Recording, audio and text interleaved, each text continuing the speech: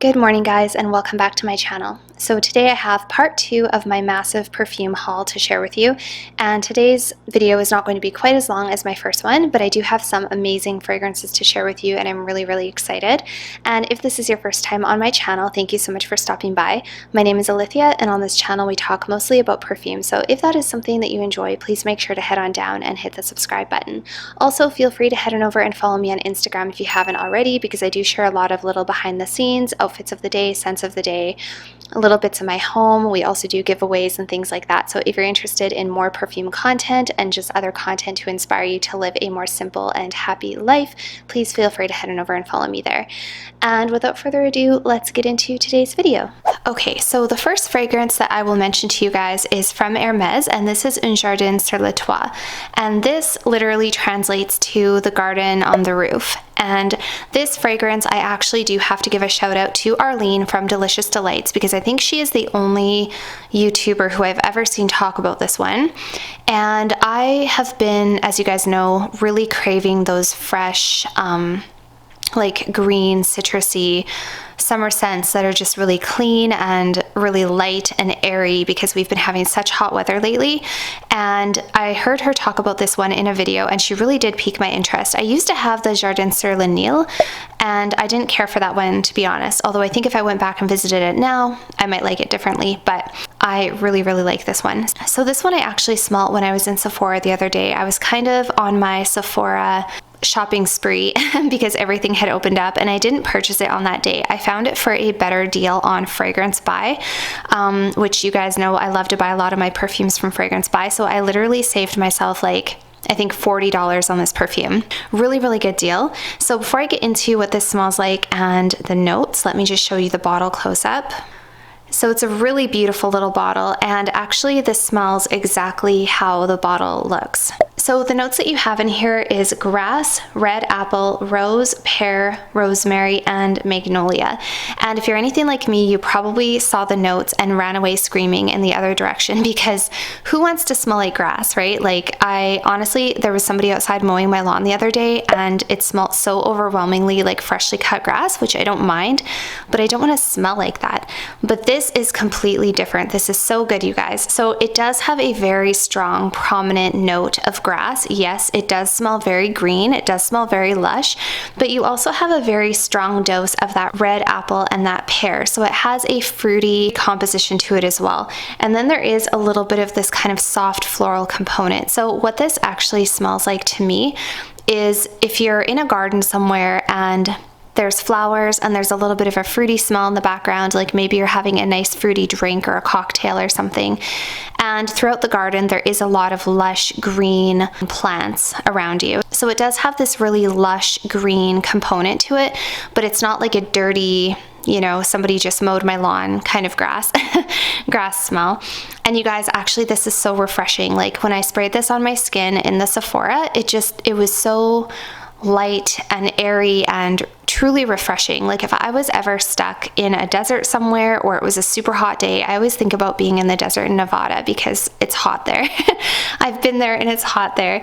And if I was ever out there for a long period of time and just needed to be refreshed, this is what I would want to spray on myself. This is that scent that I would want to spray on myself. It is just very light and airy, and in comparison to Dolce & Gabbana number 3 L'Impératrice, which I've tried before and I've recently tried, I still can't get on board with that one. I really like this one better. This one I think is very sophisticated. It's very classy. It has a classy green smell to it. So this is the beautiful bottle without the lid on it, and it literally smells as fresh and as green and as airy as it looks, you guys. I just love it. I don't have anything else like this in my collection at all. This isn't like a sharp citrus. You know how there's a lot of those summery fresh scents, but they're very focused on citrus. You basically throw in some lemon, you throw in some woody notes, you throw in some musk, and boom, you have like a summer scent. This is so much different. This is green, this is fruity. It's a little bit floral. It doesn't have the best lasting power in the world. This one definitely was a little bit weaker than all of the other ones I had tried out that day. I think I got like 5 hours, maybe 4 or 5 hours, which isn't bad for a light green fruity floral scent. It's really not bad, but it's so invigorating and just pretty, you know? I picture myself wearing this with a really nice light airy sundress, maybe a white flowy maxi dress or something, and just going to do errands and go shopping. You're just like spending the day running some errands, drinking a Starbucks, having a nice day on a really, really hot summer day. This is a great perfume for that. It's just lush and green and pretty and really enjoyable. So I won't spend too much more time talking about this one, but I absolutely love it. This is in Jardin sur le Toit from Hermes. If you are looking for a green, light, airy summer fragrance, I really recommend checking this one out. Okay, you guys, the next one I'm really, really excited to share with you because this perfume I actually used to have. If you are an OG, comment down below and tell me if you remember when I used to have this perfume. This was one of the very first perfumes I blind purchased way back in the beginning of my perfume journey when I was getting into perfumes. And at this point in time, I was literally buying purely on conjecture. Like, I looked up notes, I read reviews, and I blind purchased. That's what I did. And this was such a successful, beautiful blind purchase of spring 2020. So this is Tiffany Co Intense. And just for people who will ask, I have smelt the original Tiffany and Tiffany Sheer and Tiffany and Love. This one is my favorite. I can't get over how much I love this scent. And what actually happened was I sadly dropped this and broke the atomizer. And back in the day, I didn't know that you could decant it. Like, I didn't know that you could remove the juice. But I'm also kind of weird that way. Like, I want the full presentation. If I have a perfume, I want the whole bottle. I want the whole experience. Like, for me, it's not just the juice. It's also having the beautiful bottle to sit on my vanity and appreciating all of the artistry that comes with it and all of that kind of stuff. So this is Tiffany Co Intense. Beautiful bottle. I don't even have to say anything. The bottle speaks for itself. So of course, Tiffany is a jewelry company and their bottles are very reminiscent of that. They literally look like some kind of a gem, some kind of a diamond. They have a very romantic look about them. So the notes that you have in here is pear, mandarin leaf, and pink pepper in the opening. In the middle, you have iris, rose, and jasmine. And in the base, you have musk, cashmere, benzoin, vanilla, carrot, and amber. So what I think makes this perfume interesting and unique is that carrot note. I don't know what carrot smells like in a perfume. I can't really pick up on carrot in here, or I think it's maybe carrot seed. I think it's carrot seed. So anyways, I think that's what gives it that sort of unique touch, because otherwise the notes that are in here are very familiar. We've all had fragrances with iris and rose and pink pepper and pear and cashmere, but there's something about this one that's special, you guys. And if you know, you know. This is a beautiful, unique, gorgeous scent that I think is unmatched and unlike anything I've ever smelt in a feminine fragrance. And to me, I've always told you guys, this smells to me like diamonds on a birthday cake. It literally smells just sweet, but extremely romantic and luxurious and sparkling. Has a very sparkling quality about it. It's very, very feminine, which I love. You guys know that I love my feminine fragrances. This just smells classy, and I think because it's Tiffany, and I think because of the shape of the bottle and the way that it smells, it all comes together to create a very romantic perfume that's perfect for date nights. This is the perfume I would wear if I was going out for dinner with my loved one and it was a special night and I was dressed up, maybe a night that I was going to be proposed to, or just a night that I wanted to be memorable and romantic and beautiful. It's a beautiful perfume. This could almost be a signature scent as well. I think this is right up there with Miss Dior, which I also love. It's a beautiful enough perfume. It's a unique enough perfume. This perfume has good enough performance that you can also use it as an everyday signature scent. This lasts for a really long time. It's very pretty. Let me just take the lid off and smell it again. So let me give you a close-up of the bottle. Look how it glistens. It's just so perfect. It's so pretty. I don't think there is a pretty, like honestly, I think this is probably the prettiest, if not one of the prettiest perfume bottles in my collection. And it's just sweet and floral, and it has a little bit of almost a gourmandy touch in the dry down. It's got that vanilla in there and that cashmere and that benzoin, and it's got a lot of iris, and at the same time it's a little bit sweet in the opening, and there's a little bit of a green touch in the opening because of that mandarin leaf. Just a beautiful, beautiful perfume. So I highly recommend this one. A lot of people have asked me what my preferred Tiffany perfume is. This is my preferred Tiffany perfume. It has everything. It's got the scent profile, it's got the longevity, it looks beautiful. It's a great perfume. So definitely recommend this one. It is a very classy perfume. It's not a particularly sexy perfume. perfume. It's not a provocative, something like Jean Paul Gaultier Scandale. It's nothing like that. This is a very classy perfume for a woman. So love this. I'm so happy to have brought it back into my collection after over a year. I knew I was going to at some point, and I'm just really happy that I did it. So that is Tiffany Co Intense. Okay, and the last perfume on my haul today is Xerjoff Lira. So you guys, this is another one that I really didn't think I would ever need or want in my collection. I had a sample of it, and I think because it got so much hype, I was just expecting it to be more than it was, and I don't know, it was so hyped up, and sometimes when something's really hyped up, you push back a little bit and you're just like, no, I don't know if I really need it. I remember that it was very sweet and enjoyable, and I know a lot of people really love it, and with those teeny tiny samples, you don't really get a full, proper appreciation for a perfume because you can't spray them all over, you can't get a proper wear out of them. Truly, all you get from those little tiny samples is just what it smells like, but you don't get the full experience.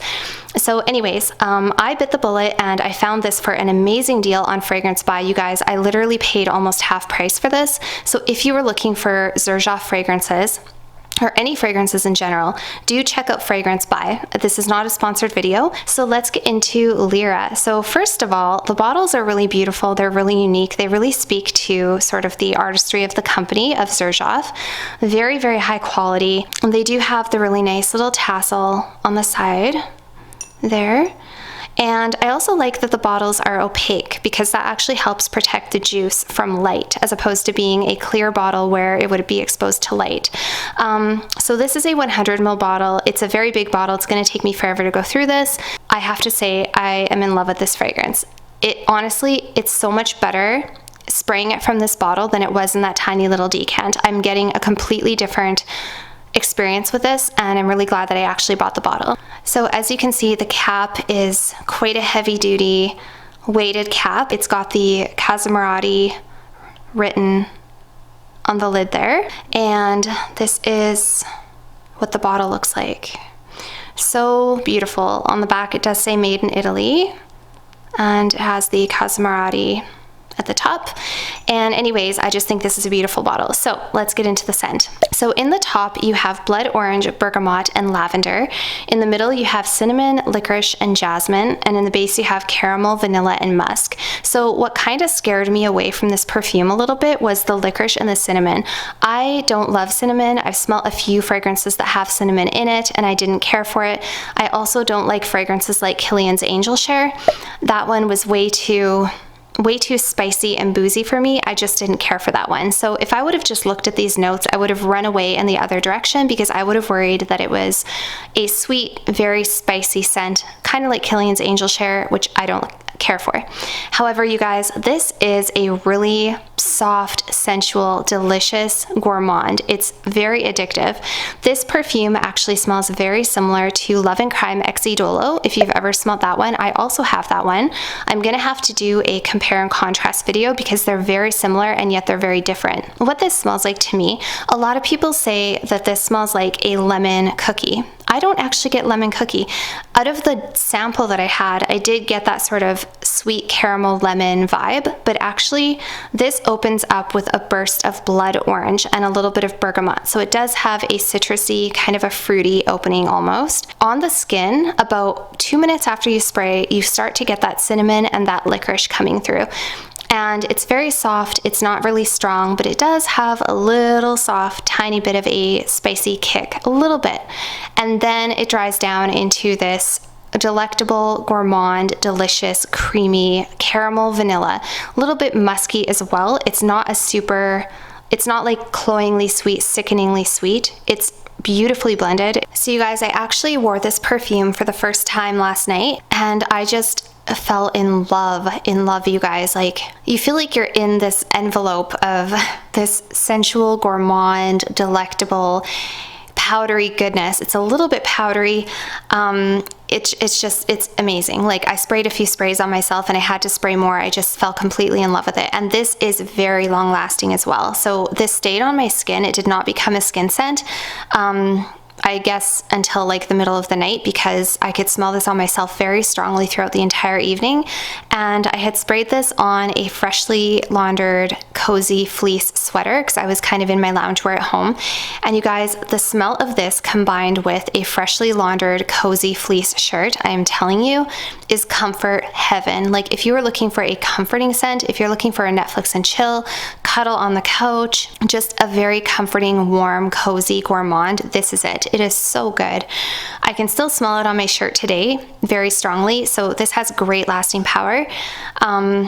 It's just enjoyable, super enjoyable. It's one of those fragrances that I would say is similar to almost like Mon Guerlain, not that it smells like Mon Guerlain, but the feeling you get from it, it's just a very warm, cozy, comforting fragrance similar to Mon Guerlain. So yeah, I have nothing but good things to say about this one, you guys. I'm happy that I have a big bottle because I think you can get it in much smaller bottles, but I'm happy to have 100 ml because I think I will wear this a lot, and I sprayed a lot of it on me last night just because I loved it so much, and it's just beautiful. So the hype is real with this one. I know a lot of people say that it's overhyped, or a lot of people say they can't get on board with it, and that's totally fine, but I know for me it took me a while, and there's a few fragrances in my collection that took me a while to get on board with. I should do a video about them. But yeah, this is one of them, but this is truly a gourmand lover's fantasy. If you like citrus, if you like blood orange, if you like bergamot, if you like caramel, if you like vanilla, if you like comforting, warm scents that last a really long time, you absolutely have to try this. It's beautiful. I will do more discussions about it in the future. I'll update you on it, but it's amazing. So that is Xerjoff Lira. So that was it for today's video, you guys. I hope that you enjoyed hearing my thoughts on these fragrances. Please let me know down below if you have tried any of them, if you're interested in any of them. As always, any questions that you have. Looking forward to talking to you guys, and I will see you all very soon in my next video. Bye for now.